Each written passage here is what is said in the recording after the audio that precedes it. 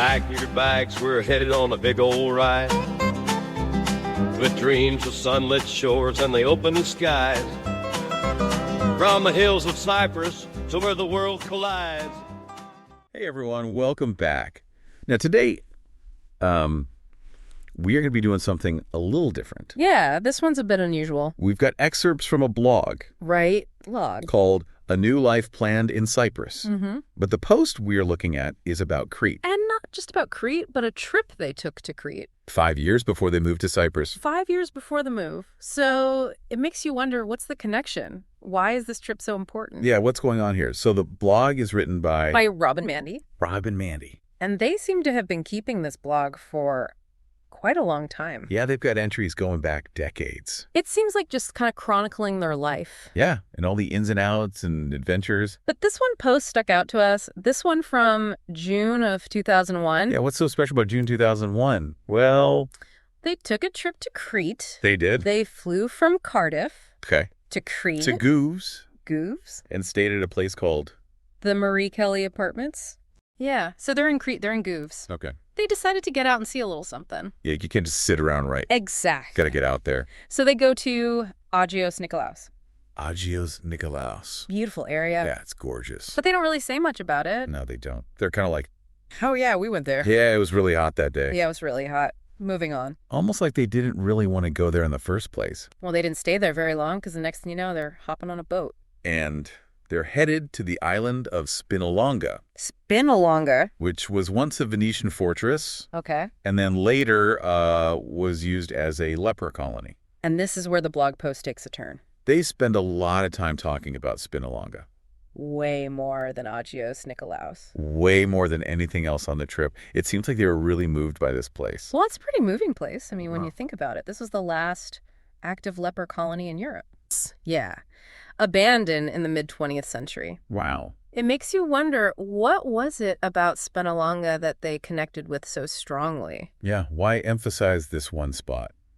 What do you think? It's interesting, Reed. They're like, it was really hot in the Agios Nikolaos, and then they move on. Yeah, they don't really dwell on it. No, they don't. But then they get to Spinalonga, and you can almost feel the tone shift. Yeah, it's like this isn't just another tourist spot for them.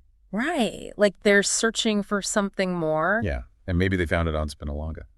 It's a heavy place, you know, when you think about the history. Definitely. All the suffering that happened there. And it makes you wonder if that resonated with them somehow. Maybe it triggered something, you know. Yeah, like a realization. And that's why they felt the need to share it. Right, because this is going back years. Remember, they didn't have Facebook or Instagram back then? It wasn't like they were posting every 5 seconds. Exactly.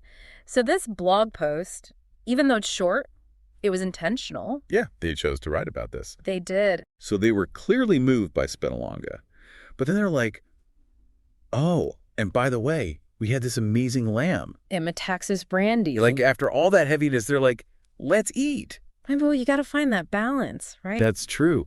Life is full of ups and downs. You can't have one without the other. Exactly. And it's those little details that stick with you, like the delicious lamb. And that local brandy. Ew, it's like they're trying to bring us back to that moment with them. It is interesting, though. They don't really talk about the rest of their trip. No, it's like they're giving us these little snippets. Spinalonga the lamb, the brandy, that's it. It's like they're saying, this is what we want to remember. These are the important parts. Yeah, it's like we're missing some of the pieces to the puzzle. Right. They give us these little glimpses into their trip, but we don't know the whole story. Exactly. But maybe that's part of the fun, trying to figure out what it all means. Right. And remember, this was 5 years before they moved to Cyprus. Their big move. So do you think it's possible that this trip to Crete planted a seed? You mean like they went to Spinalonga, they had this amazing food, and they were like, yeah, we got to move to an island? Well, maybe not that consciously, but perhaps it sparked something subconscious. Yeah, like it opened up a possibility they hadn't considered before. Exactly. And then 5 years later, they make this big decision to move to Cyprus. And think about what they called their blog, A New Life Planned in Cyprus. Planned. It does make you think, were they already planning this new life even back then?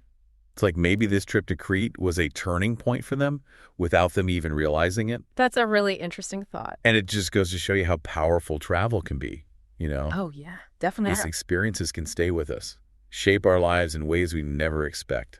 Absolutely. Well, I don't know about you, but I'm definitely feeling inspired to plan my next trip. Me too. Makes you wonder where we'll end up. That's the beauty of it all, isn't it? Ah. The possibilities are endless. Thanks for joining us on this deep dive. It's been a really thought-provoking one. Until next time. Your life plans where we never hide. Out on the highway, chasing the